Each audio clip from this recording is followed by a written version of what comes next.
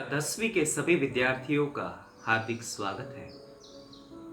आज के इस वीडियो में हम बात करेंगे कविवर सुमित्रानंदन पंत की कविता पर्वत प्रदेश में पावस की। सबसे पहले सुमित्रानंदन पंत के बारे में बात करते हैं। उनका जन्म कोसानी अल्मोड़ा में हुआ। प्रकृति की गोद में ही वे पले बड़े। उनको हिंदी साहित्य का विलियम वर्ड्सवर्थ भी कहा जाता है। प्रकृति प्रेम से जुड़ी हुई अधिकांश कविताओं को लिखने में उन्होंने अपनी कला का उपयोग किया है। तो आइए एक सुंदर कविता पढ़ते हैं जिसका शीर्षक है पर्वत प्रदेश में पावस। तो आइए आगाज करते हैं एक नई कविता का। इस कविता का शीर्षक है पर्वत प्रदेश में पावस। पावस का अर्थ है वर्षा ऋतु।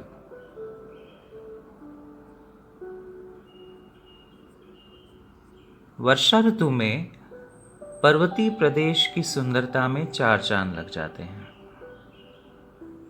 इसी बात को प्रस्तुति दे रहे हैं सुमित्रानंदन पंत जी। पावस ऋतु थी पर्वत प्रदेश, पल पल परिवर्तित प्रकृति वेश। वर्षा ऋतु थी और पर्वतीय प्रदेश था, जहां पर हर पल प्रकृति अपना वेश, अपना रूप, अपना पहनावा बदलती है। हम देखते हैं कि पहाड़ी इलाकों में कभी अचानक ही बादल घिर आते हैं, तो कभी धूप निकल आती है, तो कभी कभार बारिश भी होने लगती है। तो ये है प्रकृति का हर पल अपना रूप बदलना। मेखलाकार पर्वत अपार, अपने सहस्र दृग सुमन फाड़। अवलोक रहा है बार बार, नीचे जल में निज महाकार। जिसके चरणों में पला ताल, दर्पण सा फैला है विशाल। इस अंश में कवि बात कर रहे हैं पहाड़ों की। पहाड़ों की जो ये श्रृंखला है, उन श्रृंखलाओं को कवि ने करघनी के समान कहा है। मेखलाकार यानी करघनी। करघनी एक प्रकार का आभूषण होता है जिसे स्त्रियां अपने कमर पर बांधती हैं। तो ये करघनी के आकार में पहाड़ों की पूरी श्रृंखला फैली हुई है और उन पहाड़ों पर हजारों फूल खिले हुए हैं। हजारों यानी सहस्त्र। और कवि के नजरिए से ये हजारों फूल उन पहाड़ों की आंखें हैं, दृग है। और ये पहाड़ अपनी इन हजारों आंखों को फाड़कर अपना ही प्रतिबिंब नीचे जो तालाब है उस तालाब में देख रहे हैं। तालाब के लिए शब्द आया ताल। और कवि ने तालाब की तुलना दर्पण के साथ की है। देखिए, दर्पण सा फैला है विशाल। सा के प्रयोग के जरिए उपमा अलंकार का सौंदर्य देखने को मिलता है। तो इस अंश में बात हो रही है पहाड़ों की। पहाड़ पर खिले हुए हजारों फूलों की, जिन्हें कवि ने उन पहाड़ों की आंखें कहा है।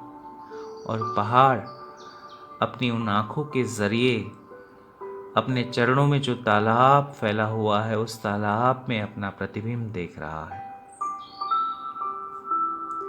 तालाब की तुलना हुई है दर्पण के साथ। तो इतनी सुंदर बात यहाँ पर मानवीकरण और उपमा अलंकार के प्रयोग के जरिए सुमित्रानंदन पंत जी ने की है।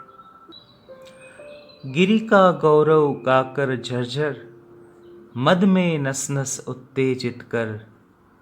मोती की लड़ियों से सुंदर, झरते हैं झाग भरे निर्झर।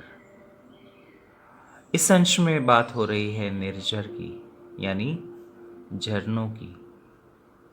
ये झरने जो हैं वे गिरि का गौरव गाकर झरझर झरझर चल रहे हैं और कवि उनके झरझर चढ़ने में एक गीत सुनते हैं और वो गीत है पहाड़ों के गौरव का गीत। कवि को प्रतीत होता है कि ये झरने जहाँ से गिर रहे हैं वो पहाड़ों का गीत गाते हुए झर रहे हैं, मद में नस नस उत्तेजित कर।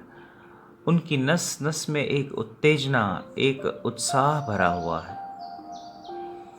मोती की लड़ियों से सुंदर, और ये झरने कैसे दिख रहे हैं? मानो मोती की लड़ियां हो, इतने सुंदर झरते हैं झाग भरे निर्झर, और उसमें झाग भी है, फेन भी है। तो यहाँ पर झरनों की सुंदरता को उपमा अलंकार के प्रयोग के जरिए कवि ने प्रस्तुत किया है।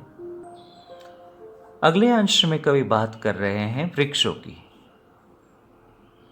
गिरिवर के उर से उठ उठकर उच्चाकांक्षाओं से तरोवर, तरोवर यानी वृक्ष, पहाड़ों के सीने पर ये उठकर खड़े हुए हैं। उर यानी दिल, लेकिन कवि का कहना है कि गिरिवर यानी पहाड़ों के उर से उठ उठकर उच्च आकांक्षाओं से तरोवर, तरोवर वृक्षों के दिलों में उच्ची आकांक्षाएं भरी हुई है झांक रहे नीरव नभ में अनिमेष अटल कुछ चिंता पर। ये वृक्ष जो पहाड़ के सीने पर खड़े हुए हैं वे नीरव शांत नभ में आसमान में झांक रहे हैं अपनी गर्दन उठाकर, और अनिमेष बिना पलक झपकाए, अटल बिना हिले स्थिर रूप से चिंता से भरकर आसमान की ओर देख रहे हैं। ऐसा लग रहा है कि मानो वो बारिश का इंतजार कर रहे हैं। देखिए, ये जो पहला अंश हम पढ़ रहे हैं, ये पहला अंश बारिश से पहले की प्राकृतिक सुंदरता का वर्णन लिए हुए हैं। तो वृक्ष आसमान की ओर झांक रहे हैं, उसके पीछे की वजह ये है कि वो मानो थोड़े चिंतित है कि बारिश नहीं हो रही है। उनके मन में आकांक्षा भरी हुई है, इच्छा भरी हुई है कि वे बारिश में भीगे। तो इस प्रकार हमने इस वीडियो के जरिए पर्वत प्रदेश में पावस कविता का पहला अंश पढ़ा। इस अंश में पर्वतीय प्रदेश में बारिश से पहले की प्राकृतिक सुंदरता कैसी होती है उसका वर्णन किया गया है। अब कविता के दूसरे अंश में प्रकृति अचानक ही अपना रूप बदलती है और बारिश शुरू हो जाती है। बारिश के शुरू हो जाने पर पहाड़ी प्रदेश की सुंदरता में किस प्रकार से अभिवृद्धि होती है उसकी बात दूसरे अंश में प्रारंभ करते हैं। उड़ गया अचानक लो भूधर, फड़का अपार पारद के पर। कवि को ऐसा लगता है कि भूधर यानी पहाड़, भू यानी जमीन, जमीन ने जिसे धारण करके रखा है वो पहाड़ अचानक ही उड़ गया हो। फड़का अपार पारद के पर, पारद पारा होता है, उस पारे के समान श्वेत सफेद ऐसे पंखों को, अपने पंखों को फड़फड़ा के बादल मानो उड़ गया हो। देखिए, यहाँ पर लगातार बारिश शुरू हो जाने से एक धुंध छा जाती है और कवि उस धुंध के कारण पूरे पहाड़ को देख नहीं पा रहे हैं। इसलिए उन्हें प्रतीत होता है कि ये पहाड़ को मानो पंख लग गए हैं और ये पहाड़ उड़ गया। तो फड़का अपार पारद के पर से तात्पर्य है पंख। अपने पारे जैसे सफेद श्वेत पंखों को फड़काकर पहाड़ उड़ गया। रव शेष रह गए हैं निर्जर, है टूट पड़ा भू पर अंबर। रव शेष, झरनों की केवल आवाज ही शेष रह गई है, क्योंकि झरने दिखने बंद हो गए हैं धुंध के कारण। और ये सब इसलिए हुआ क्योंकि भू पर अंबर टूट पड़ा, यानी कि लगातार बारिश शुरू हो गई। तो बारिश के शुरू हो जाने पर धुंध फैल जाती है,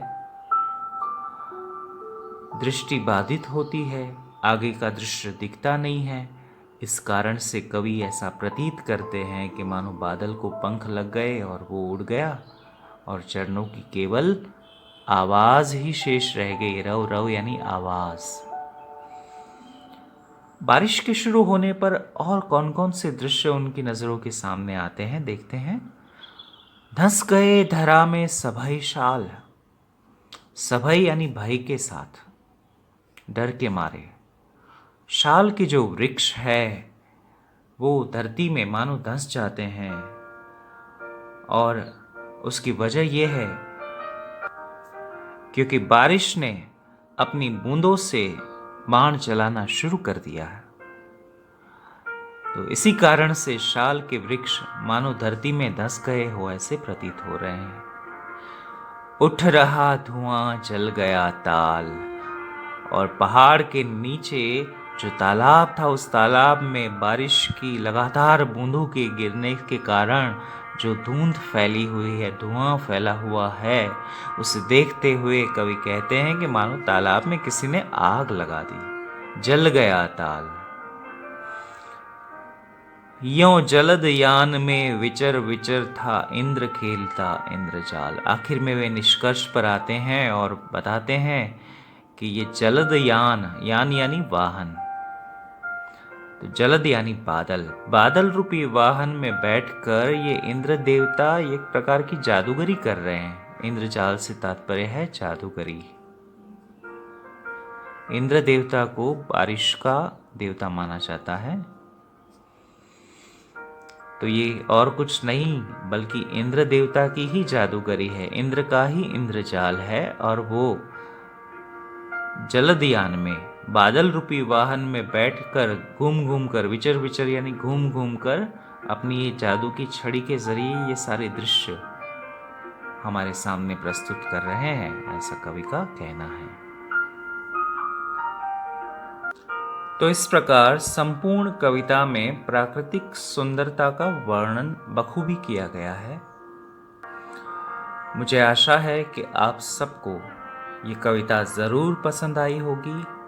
अगर आपको ये वीडियो अच्छा लगा हो तो अपने दोस्तों के साथ, अपने साथियों के साथ ज़रूर शेयर करें, लाइक करें। अगले वीडियो में जल्द से जल्द मिलेंगे, तब तक के लिए अलविदा।